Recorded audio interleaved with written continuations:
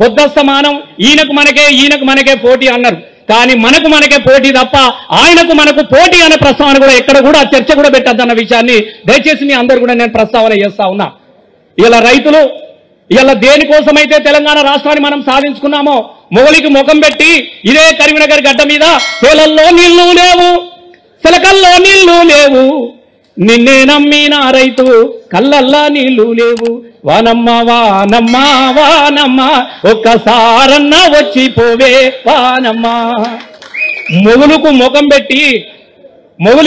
పెట్టి వానకాలంలో కూడా ముఖం పెట్టి వానమ్మ ఒక్కసారి తడిసి రావా అని చెప్పేసి కన్నీళ్ల పాటలు పాడుకున్నటువంటి తెలంగాణ రాష్ట్రంలో 10 సంవత్సరాలలోనే కాలానికి అవసరం లేనటువంటి నీళ్లు సృష్టించినటువంటి కేసీఆర్ గారు ఇవల్ల మనం మాట్లాడుకోవాల్సినటువంటి అవసరం ఉన్నది. ఏదైతే రావద్దు పోగొట్టుకొని మనం సాధించుకున్నామో తిరిగి అవే పాటలు పాడుకుంటా ఉన్నాం.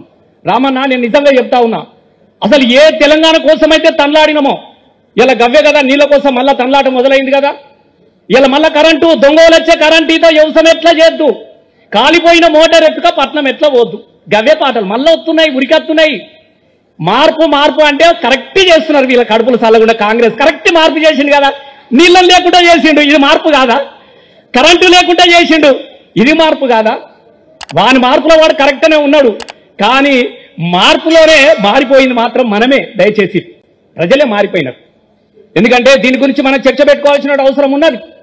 ఏ అబద్ధాల మీద ఇవాళ ఎక్కడైతే ప్రజలు ప్రశ్నిస్తారో, ఎక్కడైతే అబద్ధాల గ్యారంటీలను అడుగుతారో అని చెప్పేసి పొద్దస్తమానం ఇవాళ బండి సంజయ్కి నేను సూటిగా అడుగుతా ఉన్నా, నువ్వు ఏ పక్షంలో ఉన్నవా?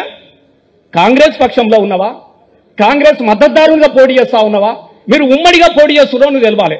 నిజంగా నువ్వు గనక కాంగ్రెస్తో నీకు సంబంధము లేదు అని అనుకున్నప్పుడు రేపు మా బెజ్జంకి మానకొండరు కూడా వస్తా ఉన్నాడు, నిన్న మొన్న వస్తా ఉన్నారు.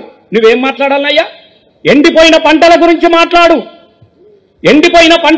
మాట్లాడు, కాలిపోయిన కరెంటు మోటార్ల గురించి మాట్లాడు, ఇస్తానన్న రైతు బంధు ఎందుకు ఇయ్యలేదో మాట్లాడాలి తప్ప ఇవన్నీ ఇడిచిపెట్టి కేసీఆర్ను తిట్టాలి, కేటీఆర్ను తిట్టాలి అంటే నువ్వెవరి వైపు నిలబడ్డావు, నువ్వెవరిని ప్రశ్నిస్తా ఉన్నావు అనేది దానిలోనే మనకు అర్థం తెలిసిపోయింది కదా.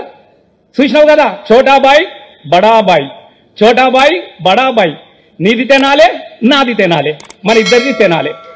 ఇలా గది నడుస్తా ఉన్నది. దయచేసి ఈ విషయాలను కూడా ఇలా ప్రజలకు చెప్పాల్సిన అవసరం ప్రతి కార్యకర్తకు ఉన్నది.